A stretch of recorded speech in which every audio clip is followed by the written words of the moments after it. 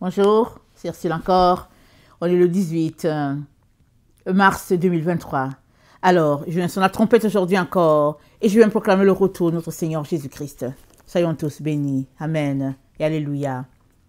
Désormais, il y a juste deux groupes sur toute la terre. Amen. Il y a juste deux groupes.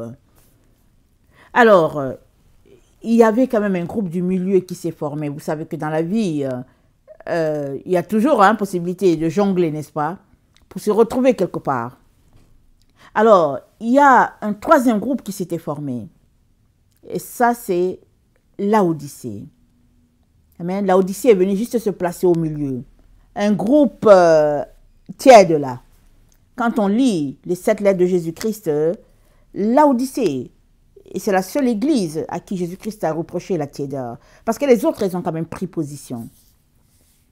Bien qu'il y a des choses qui sont été retrouvées, impudicité, Jézabel chez Thyatire, et puis, au fait, l'église d'Éphèse, ils avaient perdu leur premier amour, mais au fait, il y avait une ligne de conduite ou bien d'engagement, voilà. Ces églises étaient engagées à quelque chose de bien précis, mais il y avait des points que Jésus-Christ a notés qui devaient être changés.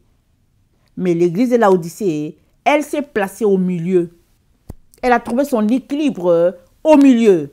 C'est-à-dire quoi? Elle a épousé parfaitement l'arbre de vie et de mort dans le jardin d'Éden. Tel que le diable a dit à Ève. Il a dit, voici l'arbre de la connaissance du bien et connaissance du bien et du mal. Voilà, j'ai dit l'arbre de vie et la mort, mais c'est l'arbre de la connaissance du bien et du mal. C'est ça que l'ennemi a dit à Ève de toucher. C'est ça que l'ennemi lui a encouragé. L'a encouragé, excusez-moi pour mon français. L'ennemi l'a encouragé à consommer. Vraiment, de se tenir au milieu. De telle sorte que si ça t'arrange du côté droite, tu fais. Et si ça ne t'arrange pas du côté droit, tu laisses, tu vas du côté gauche. Et beaucoup de personnes fonctionnent comme ça sur la terre. Surtout ceux qui n'ont pas le Seigneur. Alors, il y a des gens qui disent, la fin justifie les moyens. Donc, eux, ils ont une fin qu'ils ont tracée. Alors, ils veulent arriver, au fait, sur la montagne qui est là. Et puis, s'il faut arriver là-bas par parachutisme, ils vont arriver. Mais Dieu dit non, il faut aller à pied. Dieu dit non, il faut monter ça à pied. Ils disent, non, ils ont les moyens pour avoir du parachute. Ils vont payer un parachute, ils sont sur la montagne. Ils disent, on est sur la montagne. Et beaucoup de gens fonctionnent comme ça. Malheureusement, les enfants de Dieu aussi qui connaissent Dieu ont décidé de fonctionner comme ça. Et Dieu aimerait que tu saches que c'est fini. Il n'y aura plus de voie de milieu. Il n'y a que deux voies. Soit tu es avec Dieu, soit tu es avec l'ennemi. Et si tu es au milieu, tu vas te retrouver avec l'ennemi. C'est ça qu'il est en train de te dire. Malheureusement, tu ne vas pas te retrouver avec Dieu. Tu vas te retrouver avec l'ennemi. Il y a désormais deux voies. Alors, les deux voies sont représentées par la femme et puis le serpent. Amen. C'est ça que Genèse nous dit. On va lire le texte dans Genèse 3.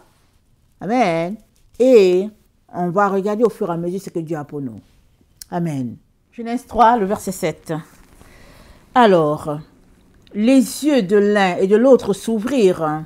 Ils connurent qu'ils étaient nus et ayant cousu des feuilles de figuier, ils s'en firent des ceintures.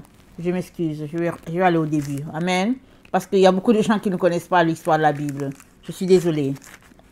Alors, le serpent était le plus rusé de tous les animaux. Je suis dans Genèse 3. Le serpent était le plus rusé de tous les animaux des champs que l'Éternel Dieu avait fait. Il dit à la femme, Dieu a-t-il réellement dit, vous ne mangerez pas de tous les arbres du jardin? La femme répondit au serpent, nous mangeons du fruit des arbres du jardin, mais quant au fruit de l'arbre qui est au milieu du jardin, Dieu a dit, vous n'en mangerez point et vous ne toucherez point, de peur que vous ne mouriez. Alors le serpent dit à la femme, vous ne mourrez point, mais Dieu sait que le jour où vous en mangerez, vos yeux s'ouvriront et que vous serez comme des dieux connaissant le bien et le mal. La femme vit que l'arbre était bon à manger et agréable à la vue, qu'il était précieux pour ouvrir les yeux. L'intelligence, pardon, qu'il était précieux pour ouvrir l'intelligence, elle prit de son fruit et en mangea. Elle en donna aussi à son mari qui était auprès d'elle et il en mangea. Les yeux de l'un et de l'autre s'ouvrirent, ils connurent qu'ils étaient nus, et ayant cousu des feuilles de figuier, ils s'en firent des ceintures. Alors ils entendirent la voix de l'Éternel Dieu qui parcourait le jardin vers le soir, et l'homme et sa femme se cachèrent loin de la face de l'Éternel Dieu, au milieu des arbres du jardin.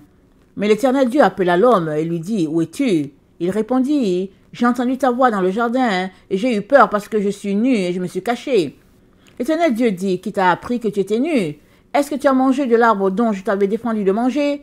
L'homme répondit, la femme que tu as mise auprès de moi m'a donné de l'arbre, j'en ai mangé. Et l'Éternel Dieu dit à la femme, pourquoi tu fais cela? La femme répondit, le serpent m'a séduite et j'en ai mangé. L'Éternel dit au serpent, puisque tu as fait cela, tu seras maudit entre tout le bétail et entre tous les animaux des champs. Tu marcheras sur ton ventre et tu mangeras de la poussière tous les jours de ta vie. Je mettrai une inimitié entre toi et la femme, entre ta postérité et sa postérité. Celle-ci t'écrasera la tête et tu lui blesseras le talon. Il dit à la femme, j'augmenterai la souffrance de tes grossesses. Tu enfanteras avec douleur. Tes désirs se porteront vers ton mari, mais il dominera sur toi. Il dit à l'homme, puisque tu as écouté la voix de ta femme, et que tu as mangé l'arbre au sujet duquel je t'avais donné l'ordre, tu n'en mangeras point, le sol sera maudit à cause de toi. C'est à force de peine que tu en tireras ta nourriture tous les jours de ta vie. Il te produira des épines et des ronces et tu mangeras de l'herbe des champs. C'est à la sueur de ton visage que tu mangeras du pain jusqu'à ce que tu retournes dans la terre d'où tu as été pris, car tu es poussière et tu retourneras dans la poussière. Adam donna à la femme le nom d'Ève, car elle a été la mère de tous les vivants. Amen. Et l'Éternel, Dieu fit à Adam et à sa femme des habits de peau, et il les en revêtit.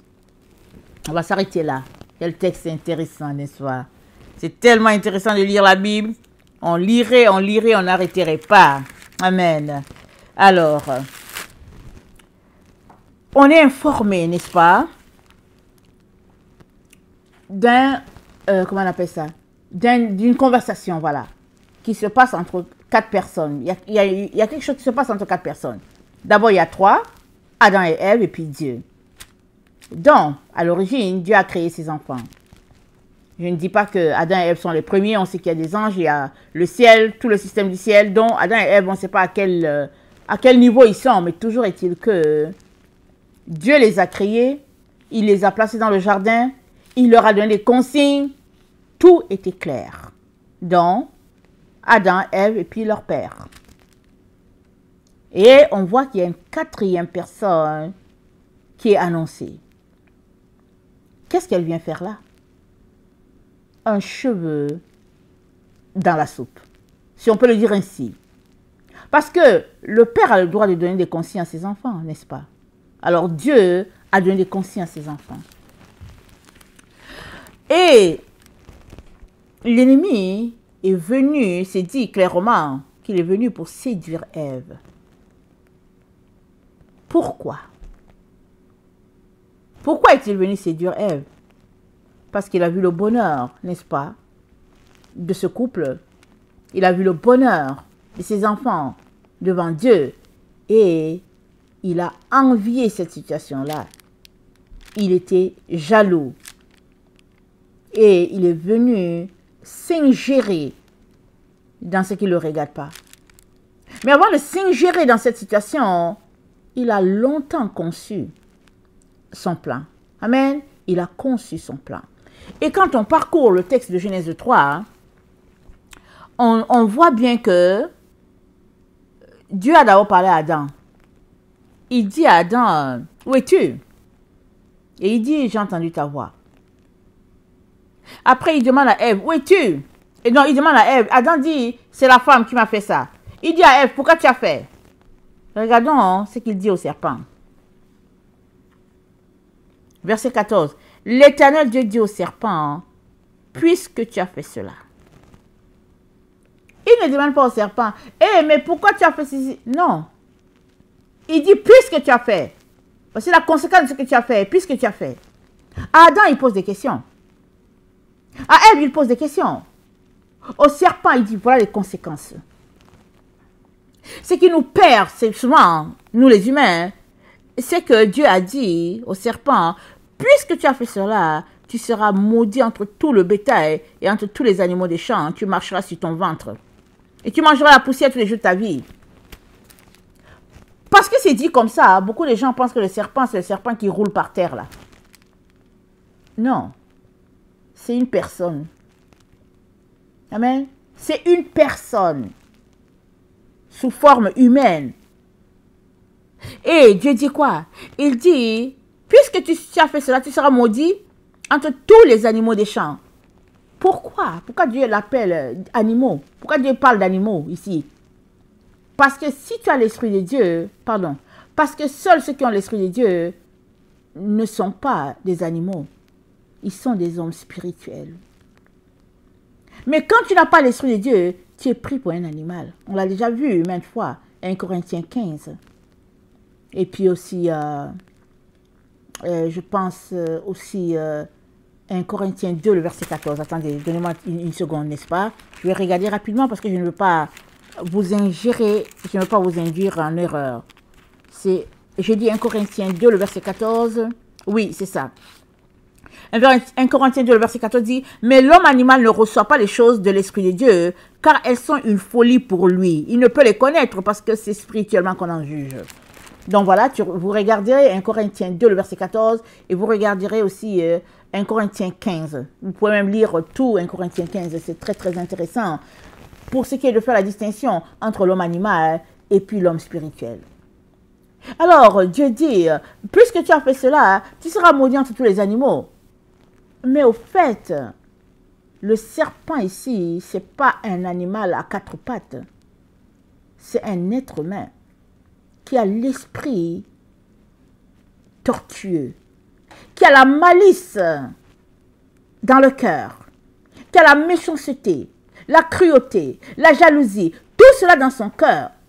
Ça fait que Dieu le prend, Dieu le compare à l'animal. Dieu dit, tu seras maudit entre tous les animaux parce que soit tu as l'Esprit de Dieu, tu es pris pour un homme spirituel de la classe des anges, soit tu n'as pas l'Esprit de Dieu et tu es comparé à un animal. Alors Dieu dit, tu marcheras sur ton ventre. Ça veut dire quoi? Ça veut dire, c'est ton ventre qui va te diriger. Dès que tu as faim, tu vas manger. Tout ce que tu veux, ton ventre. Tes entrailles, là, commande ce que tu veux. Tu veux manger un cabri, alors, voilà, il te faut du cabri tout de suite. Tu veux manger une dorade, il te faut du dorade. C'est-à-dire que tu vas marcher selon les désirs de tes entrailles, ton ventre.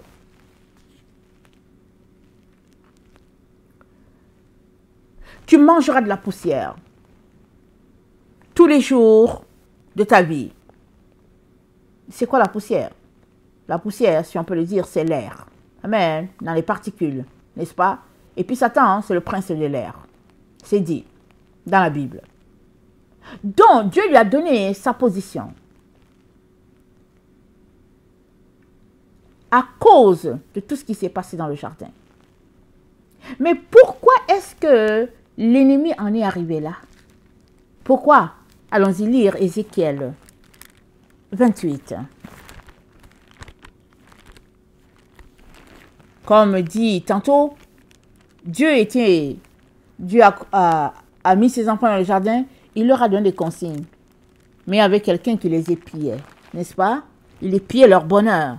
Il était toujours là en train de lorgner. Et dès que l'occasion s'est présentée, il les a bien étudiés. Et dès que l'occasion s'est présentée, il est venu vers Ève. Pourquoi est-il venu vers Ève? Parce que Ève, c'est la femme, c'est la vie. Amen. Ève, c'est Zoé. C'est la vie, Ève. C'est elle qui donnait des directives à son mari. Pas pour l'écraser, pas pour le commander, mais pour le diriger, pour l'orienter. Parce que Dieu a mis la vie en elle. Elle est la vie, Ève. Elle est la mère. Voilà pourquoi à la fin, Dieu lui dit, ton mari va dominer sur toi. Parce qu'à l'origine, c'est elle qui donne les directives à Adam. Voilà pourquoi quand Dieu lui a demandé, pourquoi tu as fait ça? Il dit, mais c'est la femme que tu as mis à côté de moi. C'est la femme. Question de dire à Dieu, moi je l'ai écouté, je l'ai suivi dans tout. Je la suivais déjà dans ce qu'elle me disait. Donc je l'ai aussi suivi.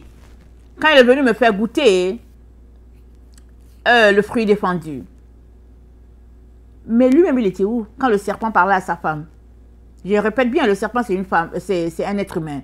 Mais de la trame, ça dit que quand il dit un être humain, en tout cas, il était comme eux. Il était comme eux. Seulement, quand on parle de serpent, quand l'Esprit de Dieu parle de serpent, hein, quand la Bible parle de serpent, il parle de l'esprit tortueux qui animait la personne, qui animait cet ange-là. Alors, Ève était à côté d'Adam, à côté de son mari, lui donnant les sentiers. Parce que Dieu a fait comme ça. C'est comme ça que Dieu a fait. Regardons. Qui porte l'utérus, ce n'est pas l'homme, c'est la femme. Elle donne la vie. Elle donne la vie. Tant et aussi longtemps qu'elle reste connectée à Dieu, elle donne la vie.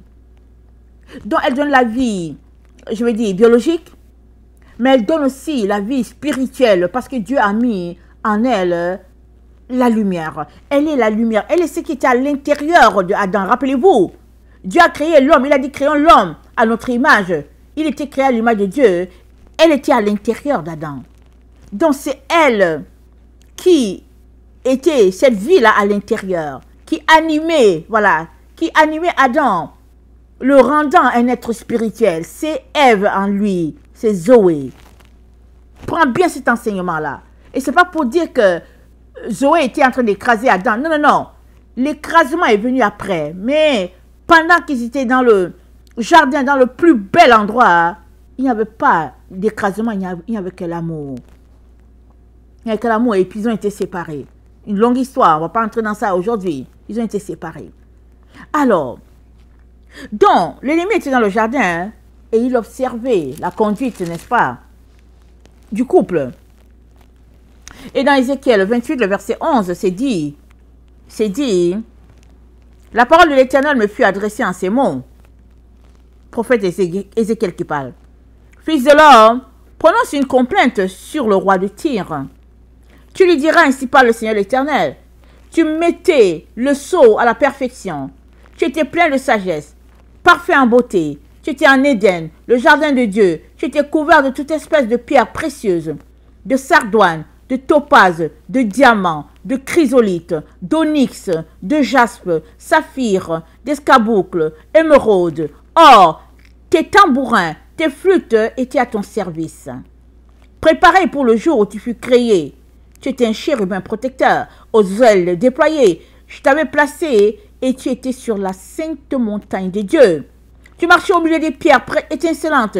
Tu as été intègre dans tes voies depuis le jour où tu fus créé jusqu'à celui où l'iniquité a été trouvée chez toi.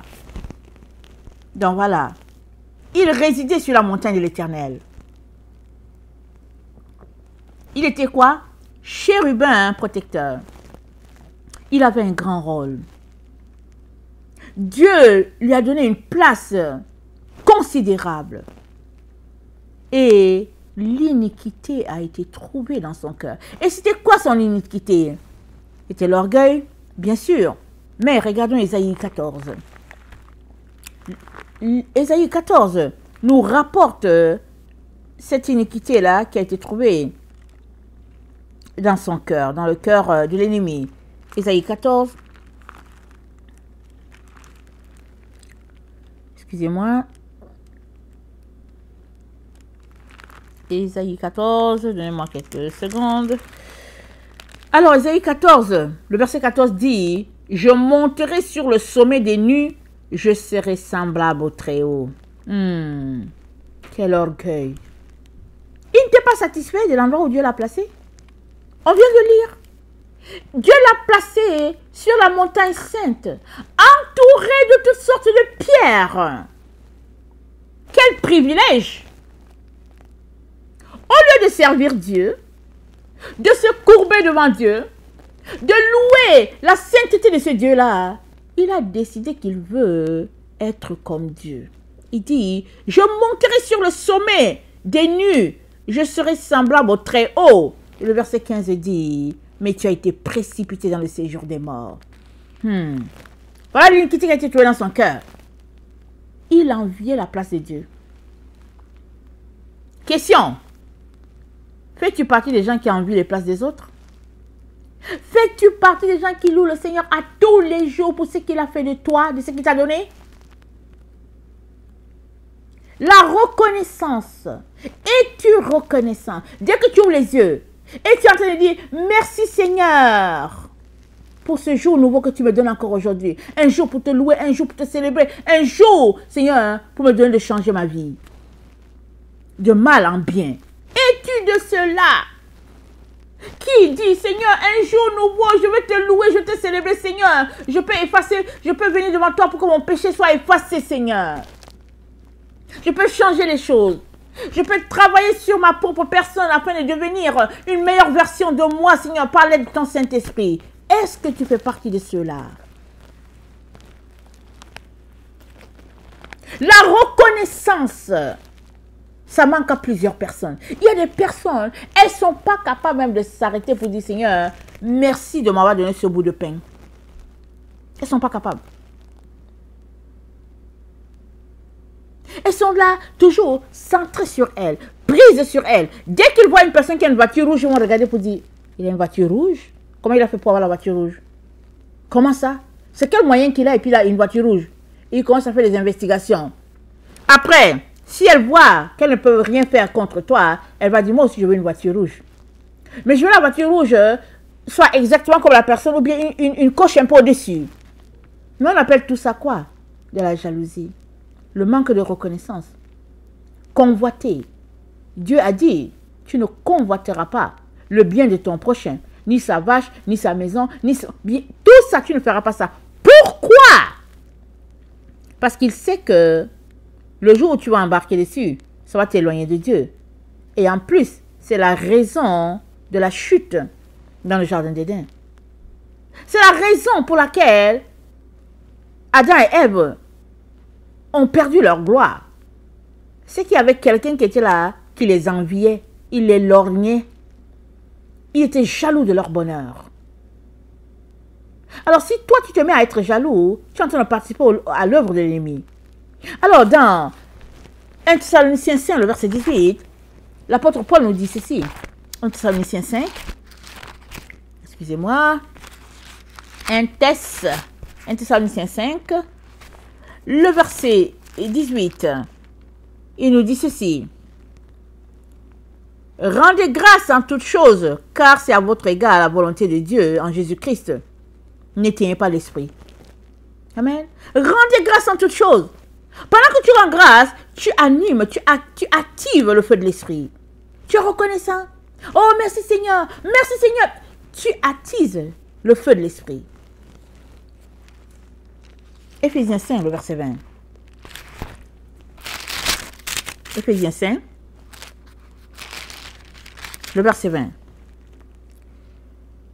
Rendez continuellement grâce pour toutes choses à Dieu le Père, au nom de notre Seigneur Jésus-Christ, vous soumettant les uns aux autres dans la crainte du Seigneur. Rendez grâce. Soumettez-vous, c'est-à-dire respectez-vous les uns les autres. Rendez grâce continuellement. Mais si tu es dans une attitude de rendre grâce, mais qu'est-ce que tu vas envier à l'autre? Tu rends grâce. Si l'autre a son bateau, tu vas dire merci à Dieu pour ton vélo. Et c'est tout. Tu continues ton chemin. Mais ce qui arrive, c'est que tu vois le bateau de l'autre, tu dis, il a un bateau, je vais aller acheter un hélicoptère. Et voilà que commencent les problèmes. Il y a des gens qui ne sont pas capables de rendre grâce à Dieu pour d'autres personnes. Ils ne sont pas capables. Tu as une robe jaune, ils te voient, ils ont une robe verte, ils ont un habit vert. Il faut à tout prix qu'ils aient la robe jaune. À tout prix. Vous savez, c'est un esprit, mais qui peut être dompté, n'est-ce pas? Tout esprit malsain peut être dompté si tu le veux. Éphésiens 4, le verset 31. Que toute amertume, toute animosité, toute colère, toute clameur, toute calomnie, toute espèce de méchanceté disparaissent du milieu de vous. Ça disparaît, que toutes ces choses disparaissent, jalousie, tout ça. Allez, il faut que ça disparaisse. Verset 32. Soyez bons les uns envers les autres, compatissant, vous pardonnant réciproquement comme Dieu vous a pardonné en Christ. Soyez bons. Sortez de la jalousie, de toutes ces affaires-là. Ça ne sert à rien.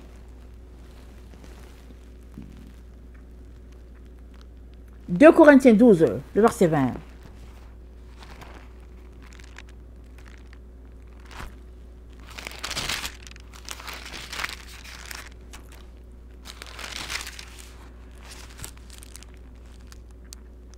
Car je crains de ne pas vous trouver à mon arrivée tel que je voudrais, et d'être moi-même trouvé par vous tel que vous ne voudrez pas. Je crains de trouver des querelles, de la jalousie, de l'animosité, des cabales, des médisances, des calomnies, de l'orgueil, des troubles.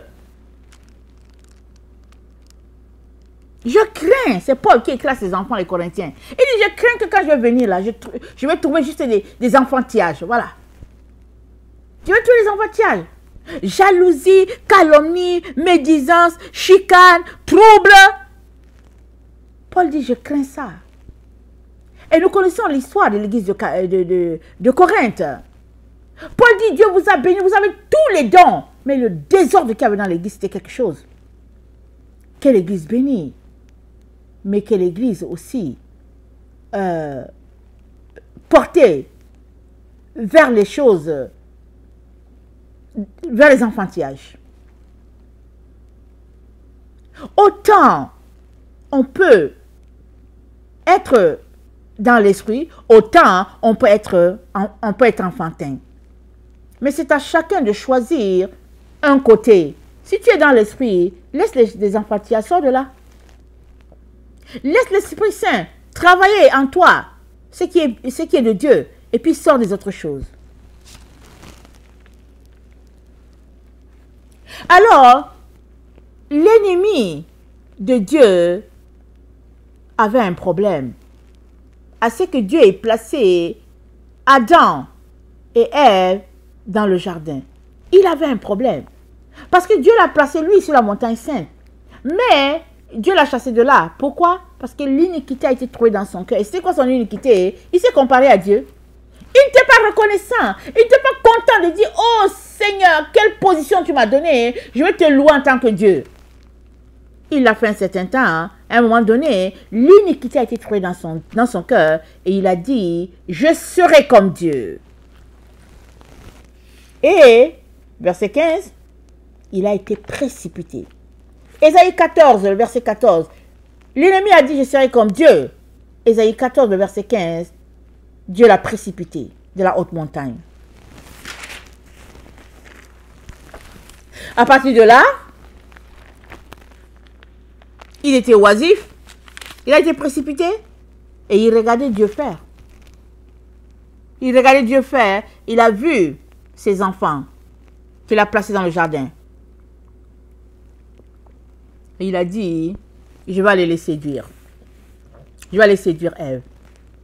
Et il a commencé à parler à Ève. Pourquoi n'a-t-il pas parlé à Adam? Pourquoi n'a-t-il pas parlé à Adam? Parce qu'il savait que c'était Ève. C'était à Ève que Dieu avait mis la lumière. Il le savait. Il savait que c'était en Ève que Dieu avait mis la vie. Il le savait. Regardons aujourd'hui. L'être humain, l'homme est déchu, n'est-ce pas? Il a été déchu de sa gloire. Mais regardons. La vie, c'est où? C'est dans la femme. C'est pas l'homme qui accouche. C'est la femme. Et quand Dieu a donné la vie, Dieu n'a pas donné une partie de la vie à la femme et puis une partie de la vie à l'homme. Non. Il a mis la vie dans la femme. Il l'a mis là. Et il a dit à l'homme et à sa femme, d'être une seule chair. Il a dit, marchez ensemble, restez un comme ça. Parce que vous allez vous compléter l'un à l'autre. Rien ne va venir vous troubler. Restez un. Unis dans l'unité. Mais comme la séduction est venue, alors il a dit, ok, il a dit à Ève, en tout cas, tes désirs vont se porter vers ton mari. Tu vas vouloir être avec lui, mais lui, tout ce qu'il va vouloir, c'est dominer sur toi, c'est t'écraser. Il ne voudra, il veut juste t'écraser, c'est tout, en finir avec toi. Seul l'homme, je veux dire le masculin qui marche avec Dieu, qui n'aura pas cette tendance-là à écraser sa femme, à la détester, à lui nuire. On dit quoi? À la nuire? Nuire à quelqu'un. À lui nuire. Ou bien à la nuire. Excusez-moi au français. Excusez-moi au français. Seul l'homme qui marche avec Dieu va aimer sa femme. Il va l'attirer à lui. Il va la protéger. Il va l'encadrer. Il va faire tout pour qu'elle puisse s'épanouir. Pour qu'elle puisse être une fleur. Il sera content s'il voit sa femme une fleur, il sera content. Mais celui qui marche avec l'ennemi, il veut juste garder sa femme sous ses pieds. L'écraser, en finir avec elle, et puis la démolir à tout jamais. Pourquoi? Parce qu'il marche avec l'ennemi. Et l'histoire a commencé depuis le jardin. Depuis le jardin. Il était jaloux. Il était rempli d'envie envers Adam et Ève. Depuis le jardin. Souvent, on s'arrête, on se dit, mais c'est quoi tout ça? Pourquoi est-ce que, par exemple, dans une maison, dans une famille, un couple, l'un peut détester l'autre? Mais pourquoi? C'est quoi l'histoire? C'est tout simplement que l'un marche par l'esprit de Dieu et l'autre marche par la chair ou l'esprit de Satan. Et vous savez que là où il y a la jalousie, ça révèle les œuvres ténébreuses comme la sorcellerie, les incantations, les téraphins, la magie. Là où il y a ces choses-là, non, il n'y a pas de lumière. Et puis la réaction, c'est de la haine. Alors, les enfants qui grandissent dans des maisons comme ça, c'est terrible. Et puis, pourquoi? Parce que c'est l'ennemi qui est dans la maison. Alors, quand les gens grandissent dans des maisons comme ça, à un moment donné, s'ils donnent leur vie à Jésus, ils ont besoin de briser les liens. Ils ont besoin. Sinon, les liens sont là. C'est des liens ancestraux qui sont là. Parce que Dieu a créé l'homme pour aimer son confrère. Il n'a pas créé l'homme pour qu'il puisse se dévorer. Il n'a pas créé les hommes pour qu'ils puissent se dévorer. Non, non, non. Il a créé Dieu, il a créé l'homme avec la loi de l'amour qui était là. Alors, il a dit quoi? Aimez-vous les uns les autres. Il a dit quoi? Tu aimeras ton prochain comme toi-même. Parce que c'est la loi chez Dieu, la loi de l'amour. Et chez Satan, c'est la loi de la haine.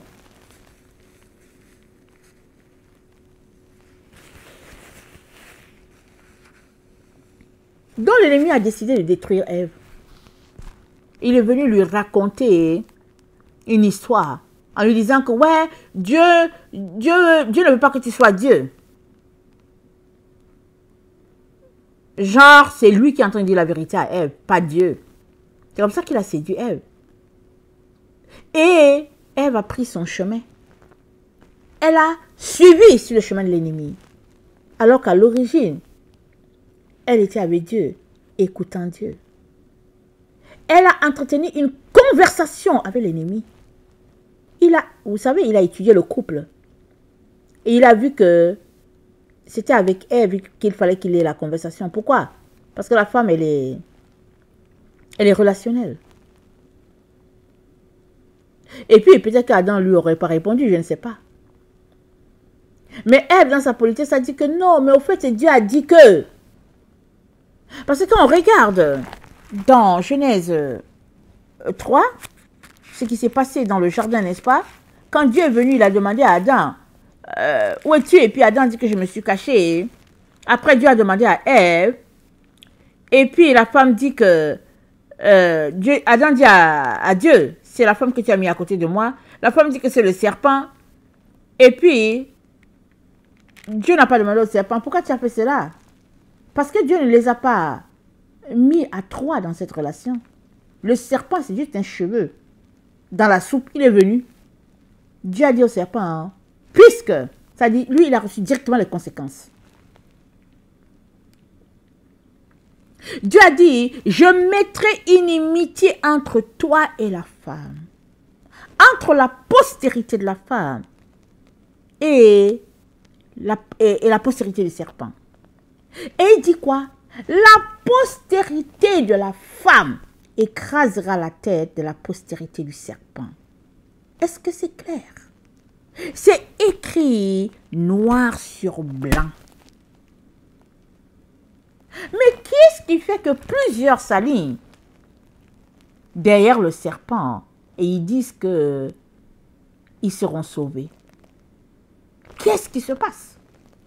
Parce que c'est dit,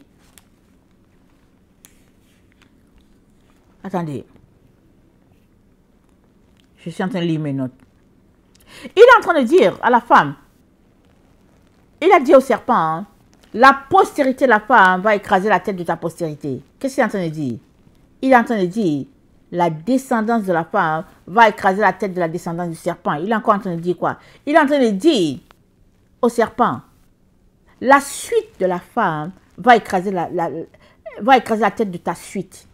C'est-à-dire, ceux qui suivent la femme, ils vont écraser la tête de ceux-là qui te suivent. C'est ça? Et il s'est dit, Dieu a mis l'inimitié. L'inimitié, ça veut dire quoi? Ça veut dire, il a mis la barrière. Il a mis les problèmes entre les deux. C'est Dieu qui a mis. Alors, si Dieu a mis la barrière là, il a dit, ici là, il y a une ligne. Le serpent et la femme, ils sont des ennemis. Il a dit ça. Mais toi, pourquoi tu veux qu'ils soient des amis? Pourquoi veux-tu que le serpent soit ami avec la femme? Pourquoi? Dieu a mis l'inimitié? Ou bien toi, tu dis que tu es enfant de Dieu. Mais pourquoi tu t'associes avec le serpent? Donc tu désobéis à Dieu, n'est-ce pas? Oui, tu désobéis à Dieu. Parce que c'est Dieu qui a mis la barrière. Tu devrais t'en tenir à la barrière de Dieu. Amen. Tu dois t'en tenir à la barrière que Dieu a dressée.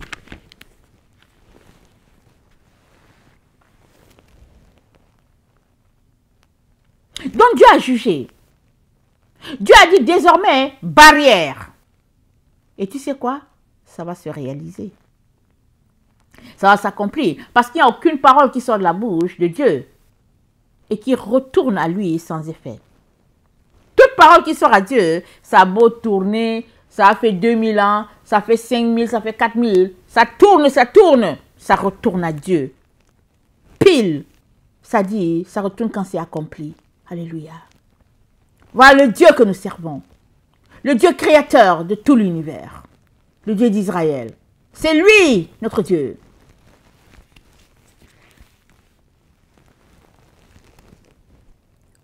Alors, l'inimitié est placée par Dieu. Et à cause de cette inimitié, tous ceux-là qui suivent le chemin de la femme sont persécutés. Pourquoi? Parce que Satan veut le plus grand nombre. Mais Dieu a dit à Satan que c'est la postérité de la femme qui va gagner le combat. Il y a un combat enclenché dans le jardin d'Éden depuis le combat est enclenché. On est à la fin de ce combat. Dieu a déclaré la fin. Dès le commencement, il nous a dit qui sera gagnant dans la fin. Il a dit. Il a dit au serpent, la postérité de la femme va écraser la tête de ta postérité. Et quand on écrase là, ça veut dire quoi? Mais ça veut dire que c'est la mort. Écraser. C'est ça qu'il a dit. Ça veut dire quoi pour toi et moi? Ça dit qu'on doit travailler pour se retrouver à être la postérité de la femme. C'est ça que ça veut dire. Maintenant, on a été trompé, n'est-ce pas, sur la terre. On est dans un temps de grande séduction, oui. Mais depuis l'origine, on a été trompé. À partir du moment où l'ennemi est venu tromper Ève et qu'il a pris ce que Dieu leur avait donné, il a mis en branle tout un système de tromperie. Alors, plusieurs enfants de Dieu sont en train de marcher selon les recommandations du serpent, sur une voie tordue, une voie du milieu. Et ils disent qu'ils seront sauvés. Combien nous avons été trompés? Seuls ceux-là qui marchent sur la voie de la femme seront sauvés. Et la voie de la femme, c'est la voie que Dieu a donnée à Israël. Et cette voie-là, amen, telle que décrite, Dieu l'a établie en Sion, la cité de David. Il l'a mise là. Il y a un point, amen. Il l'a mise là, à cette roche-là. Il a dit à Pierre, je bâtirai mon église sur cette pierre. Il a établi ça en Sion, une pierre bien déterminée, il l'a mise là. C'est dit, la pierre, et puis qui était là, où le côté de l'angle a été élevé là. Et à l'angle là, là où l'angle, le cœur est là, est placé bien à l'angle là, notre Seigneur Jésus-Christ, c'est lui, la droiture, l'exactitude. C'est notre Seigneur Jésus-Christ.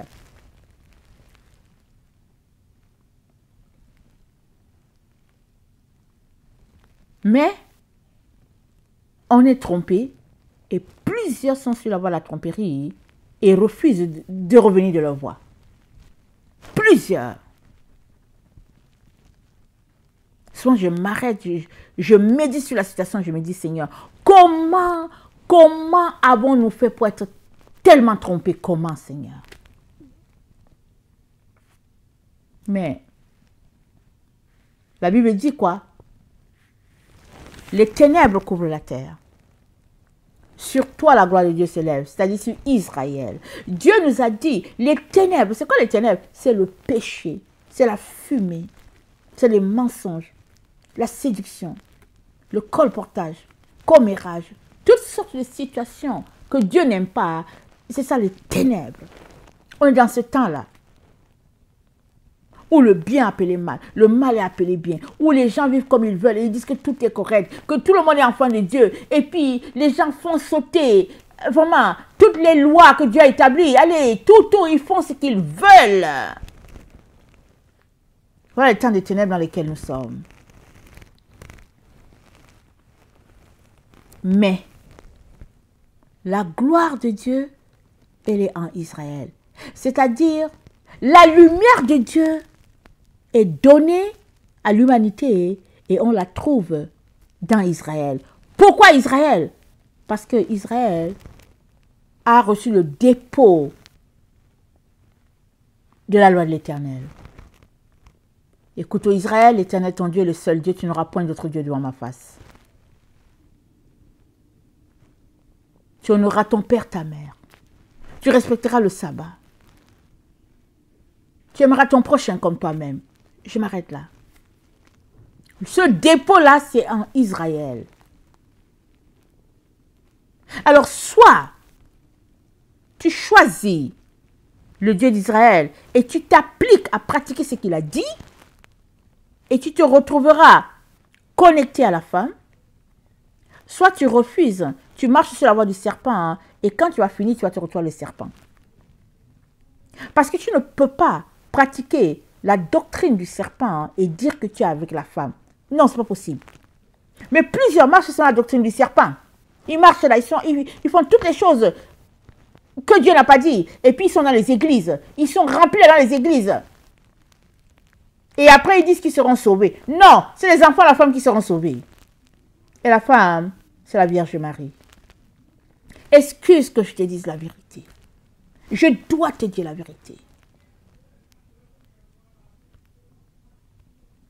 La véritable Église de Jésus-Christ, elle vient, elle a pris son origine, elle a pris ses racines dans le sein d'une femme.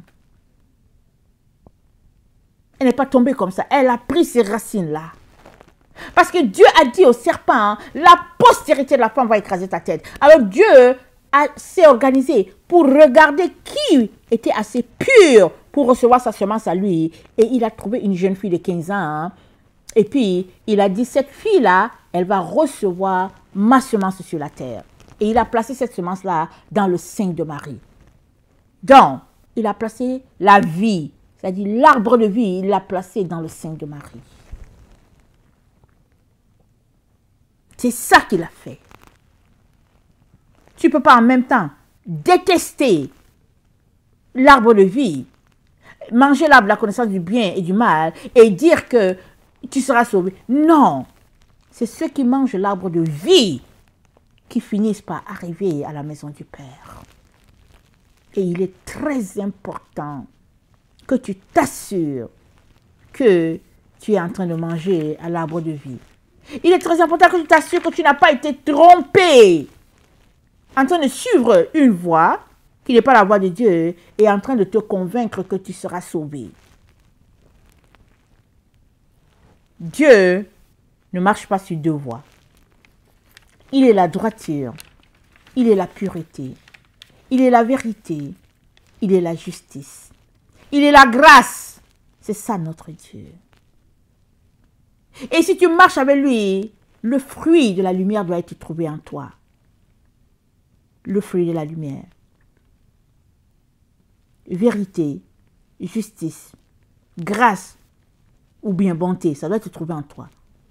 Mais tu ne peux pas marcher dans la cruauté, dans le faux, la malice, les vices, convoiter les choses de ce monde et dire que tu es en train de marcher avec Dieu. Non. Je viens nous encourager à changer. Amen. Si tu es tombé dans si tu as ces différents points-là, comme des points d'ancrage qui t'empêchent d'aller plus loin, va devant Dieu. Viens devant lui. S'il te plaît, viens. Viens pleurer. Il va t'aider. Tu viens pleurer, pleure devant Dieu. Dieu va venir à ton secours. Pourquoi? C'est un Dieu de compassion. C'est un Dieu d'amour. Il résiste aux orgueilleux. Il fait grâce aux humbles. Et Dieu dit qu'il ne dédaigne pas les cœurs brisés et les cœurs contrits. Il ne dédaigne pas. Il suffit de s'examiner, de chasser notre orgueil, notre prétention de connaître, de savoir. Il suffit de quitter de là et de venir devant Dieu, dans les pleurs, dans les jeûnes, dans le renoncement aux œuvres mortes. Crier à lui, crier à lui, crier à lui. Il va t'aider. Il va t'aider. Pourquoi? Parce qu'il sait qu'il y a juste deux voies. La voie de la femme et la voie du serpent. C'est juste ça. Que le Seigneur bénisse sa parole. Et sa grâce, et que sa grâce nous soit renouvelée. Amen. Et que nous puissions choisir de changer. Amen. Changer. Choisir la voie de la lumière. Maranatha. Jésus revient. Amen et alléluia.